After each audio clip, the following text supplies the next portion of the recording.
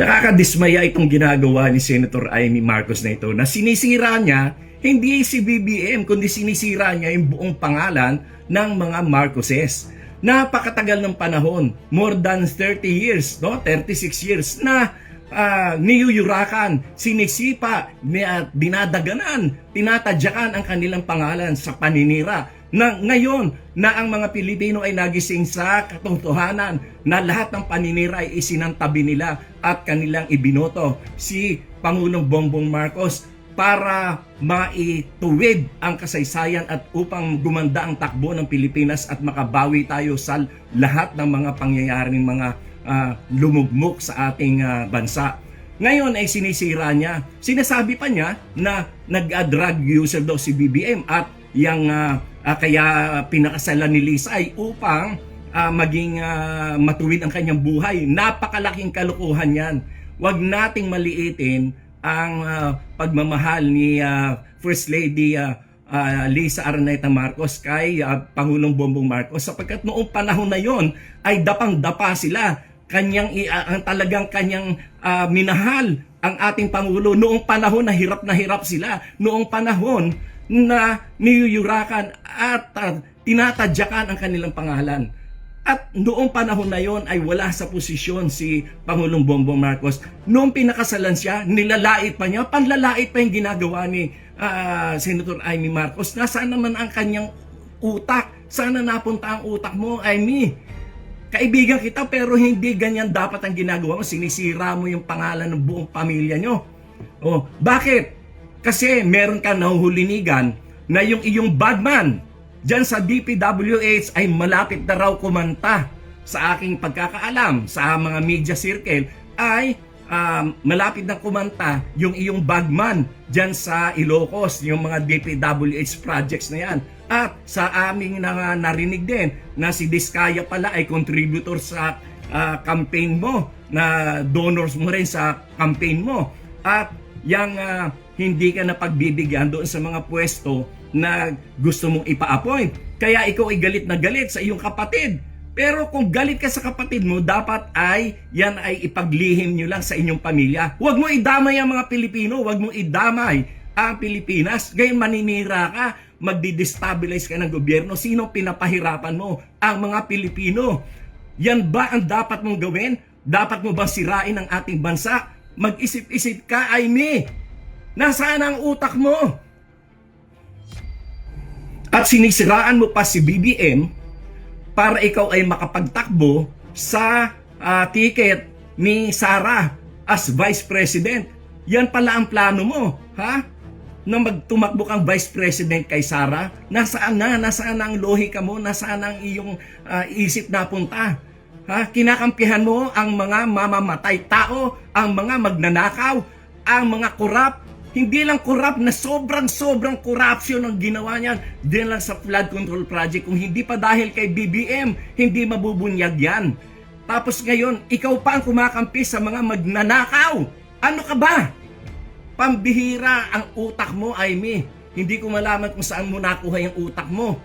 Si Sara, walang kapanapanalo yan sa pagka-presidente. Kayo lang ang nagsasalita ng ganyan sapagkat inukondisyon yung isip ng mga Pilipino dahil takot na takot kayo, takot na takot ang mga Duterte at ang kanilang mga tauhan na sangkot sa mga corruption, takot na takot kayo na kayo ay makukulong na. Kaya yan ang inyo pinagsisintir. Kaya kayo ay kinakalaban at binabagsak nyo ang gobyerno ni BBM. Hindi kayo mananalo sapagkat nasa likuran ni BBM ang milyon-milyon na mga Pilipino na naniniwala na ang buhay natin ngayon ay mas maganda at mas may tinatahak na direksyon kaysa naman nung nakaraang panahon na wala talaga, na wala, sabog-sabog lahat. Kaya Amy, mag-isip-isip ka. Hindi ka namin papayagan dyan sa ginagawa mong yan sapagkat kami mismo, kami mga Marcos loyalist, kami mga taong mga Pilipino na naniniwala sa kagandahan ng ating demokrasya ang magiging kalaban mo. Hindi ka naman nanalo kahit kailan. Gusto niyong pag-resignin si BBM? Iilang piraso lang naman kayo na nagsasabi niyan. Takot na takot kasi kayo na malapit na kayong makorner, malapit na kayong makasuhan, malapit na kayong makulong. kayo na mga kalaban ng politika sa administrasyong BBM. Nagsisigawan kayo, ilang piraso lang kayo gusto mag-resign, samantalang mas marami ang naniniwala at kumakampi kay Presidente Bongbong Marcos. Yung mga aligasyon yun ng mga adik-adik na yan, lumang tugtugin na yan, wala nang bumibili dyan. Kahit nga noon pang binabato yung issue na yan kay President Bongbong Marcos, anong nangyari?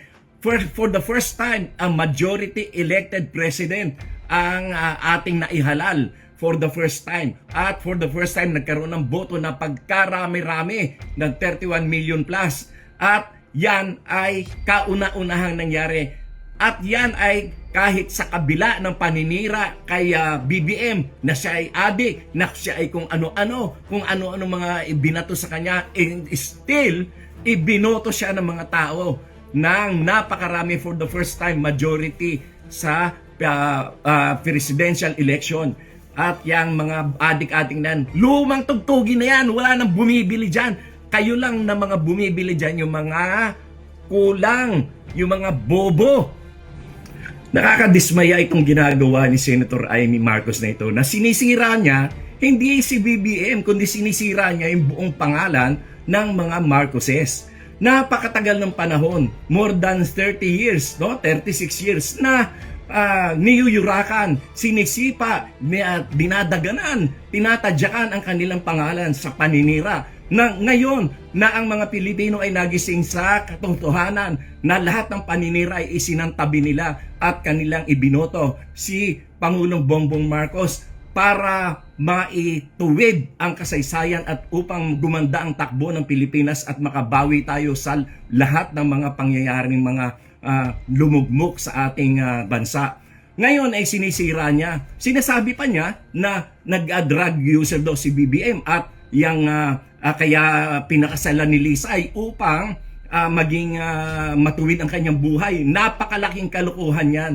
Huwag nating maliitin ang pagmamahal ni First Lady Lisa Araneta Marcos kay Pangulong Bongbong Marcos, sapagkat noong panahon na yon ay dapang-dapa sila. Ang talagang kanyang minahal ang ating Pangulo noong panahon na hirap sila, noong panahon na niyuyurakan at tinatadyakan ang kanilang pangalan.